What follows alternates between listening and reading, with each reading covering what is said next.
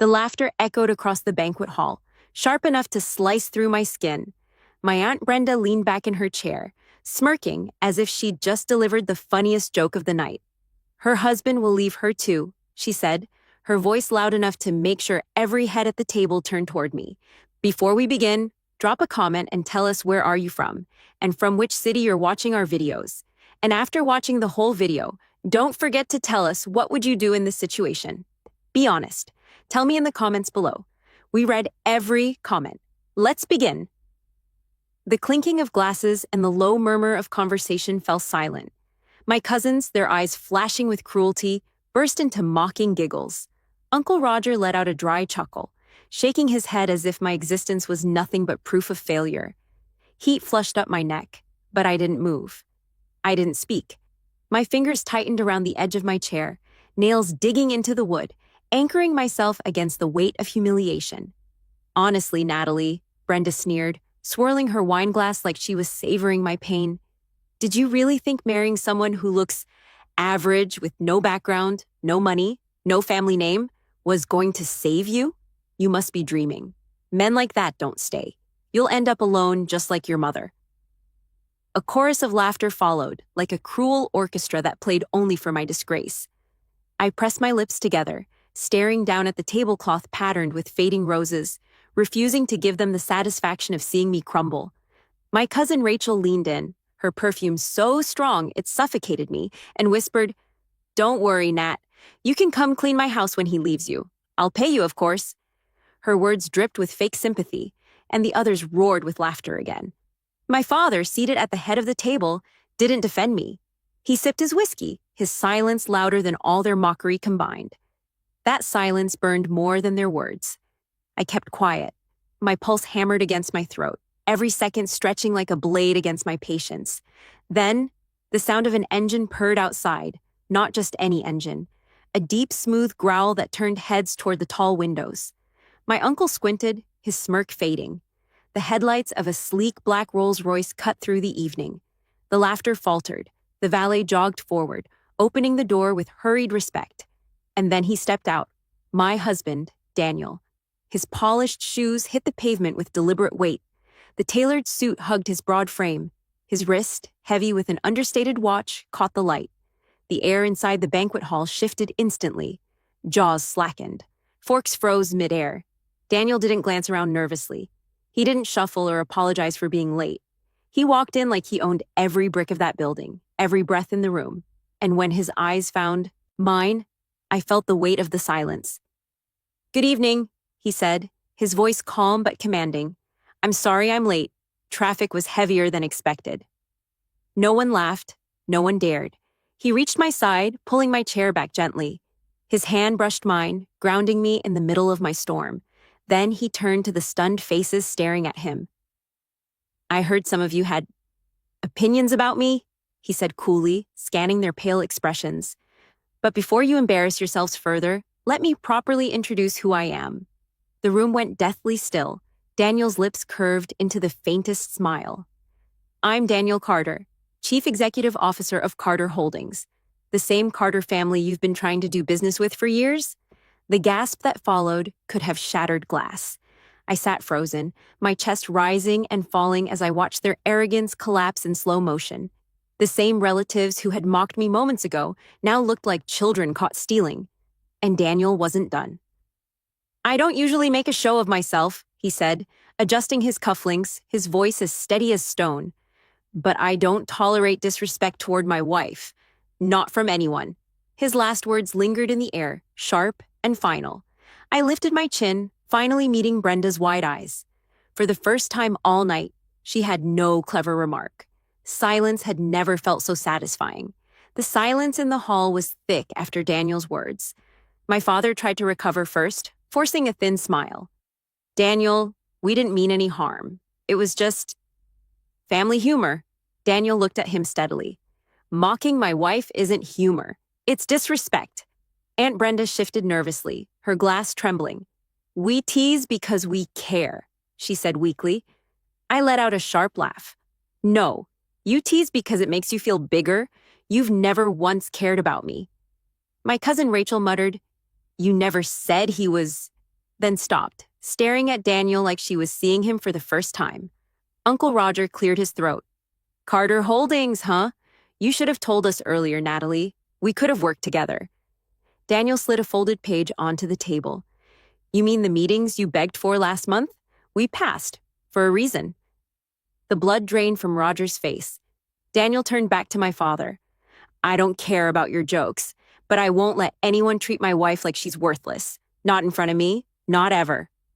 I raised my chin, meeting Brenda's shocked eyes. For once, none of them had anything left to say. The air felt like it had dropped 20 degrees. My relatives, who just minutes ago had laughed loud enough to shake the walls, now sat frozen, their faces pale with shock. Forks rested untouched on plates. Wine glasses trembled slightly in nervous hands. My father finally broke the silence. Enough of this spectacle, he muttered, voice low but sharp. Natalie, you've always had a flair for drama. Now, you've dragged us all into it. I turned my head slowly toward him, my patience frayed. Drama. My voice carried louder than I expected. You sat there and let them humiliate me. You never defended me, not once. And now that the truth is in front of you, you call this drama? He swallowed hard, his jaw tightening, but said nothing.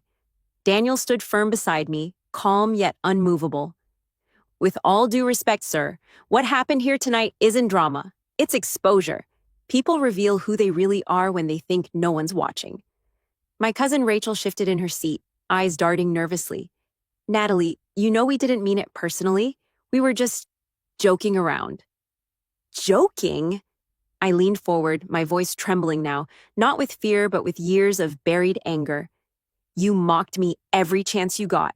Called me weak, useless, said I'd never keep a man. You called me a burden in front of strangers. That isn't a joke. That's cruelty. Rachel dropped her gaze to her lap. Daniel glanced around the table, his presence filling the silence. I don't care about your approval, but here's what you need to understand. Natalie is my wife. She's my partner, and the way you've treated her is unacceptable. She doesn't owe you her silence anymore. Uncle Roger tried to force a chuckle, his voice breaking. All right. Maybe we went too far. Let's not ruin the evening. Why don't we all just... No, I cut in, my tone firm. We will ruin the evening. Because for once, I'm not going to sit here and swallow it. I'm done letting all of you decide my worth like it's some game. The room was still, the weight of my words pressing down on every smirk and every false smile they had ever worn around me. Aunt Brenda finally put her glass down with a loud clink. Her voice wavered, desperate now.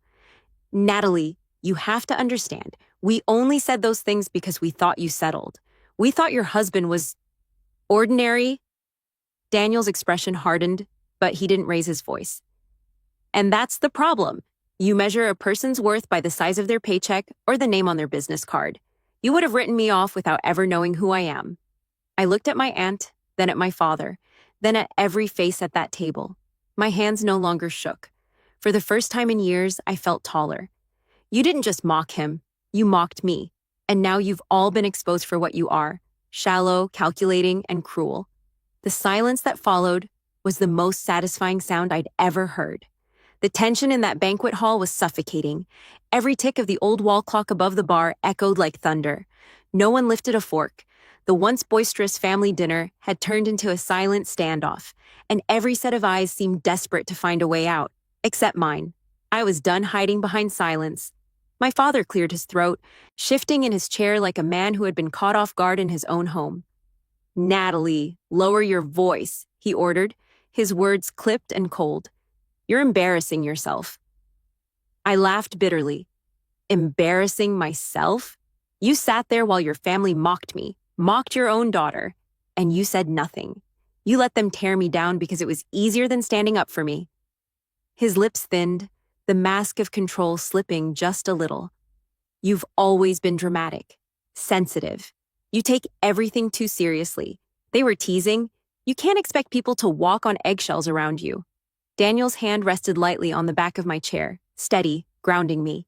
His voice cut through the room like steel. There's a difference between teasing and cruelty. What happened here tonight wasn't harmless fun. It was humiliation. And the silence from the head of this table only proved how little value you place on your own daughter's dignity. My father's jaw clenched. He turned his gaze to Daniel, trying to assert control. With all due respect, Daniel, this is a family matter. Outsiders don't dictate how we speak to each other. Daniel didn't flinch. Then maybe that's why this family has fractured into bitterness and shallow competition, because no one has the courage to tell the truth. The words landed like stones dropped into water, the ripples reaching everyone. My Aunt Brenda lowered her eyes. Roger rubbed at the back of his neck. Rachel stared down at her plate, cheeks flushed with shame, or maybe fear. But my father wasn't ready to give in. He leaned forward, his eyes narrowing. You think money gives you the right to stand here and lecture us? Don't mistake wealth for wisdom, Daniel. Men like you are temporary. You show up, make noise, and disappear when the tide changes. Daniel's voice didn't rise, but the power in it made the air heavier. I didn't build my life on noise, sir. I built it on discipline, respect, and loyalty. And loyalty is something your daughter has given you in abundance, while you've returned nothing but silence. The room stilled. My chest tightened. For years, I had wished someone, anyone, would say those words aloud. And now, hearing them from the man I married, I felt tears burn at the back of my eyes, not from weakness, but from release. Don't talk to me about loyalty, my father snapped, his tone suddenly harsher. Loyalty is staying with your family no matter what. Loyalty is not running off with a man who hid who he really was. She didn't even tell us his name properly until now. What kind of loyalty is that? My voice broke through before Daniel could respond. You don't get to lecture me about loyalty, Dad. You taught me from the time I was a child that my worth depended on how much I could offer you, how much I could give back, how useful I was to this family's reputation. I stayed quiet because I thought that was loyalty. I endured your silence, your dismissal, their mockery, because I thought that was love. But love doesn't look like this. And loyalty doesn't mean destroying myself just to keep your pride intact. Brenda's face twisted. Oh, listen to her? Acting like she's some victim. Natalie, we gave you everything. A roof over your head, a seat at this table. A seat at the table? I cut her off, my voice rising now, refusing to back down. You mean the seat you only gave me so you could laugh when I spoke? The seat you used to remind me I didn't belong? That wasn't a gift. That was a cage. Daniel stepped forward now, commanding the space like a man used to boardrooms full of men who underestimated him. He wasn't yelling, but his calm was more unsettling than if he had shouted. I didn't want to do this tonight, but let me be clear. My name isn't just Daniel Carter. It's Daniel Carter of Carter Holdings. And for those of you who haven't been paying attention, our company owns significant stakes in businesses connected to this family. Your shops, your offices, even your suppliers.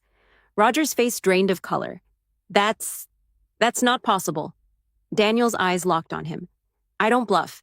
Every deal you've tried to chase, every email you've sent begging for meetings, I've seen them all. I stayed silent out of respect for Natalie. But that respect ends when you drag her name through the mud. Rachel whispered under her breath. Oh my God, but no one dared move.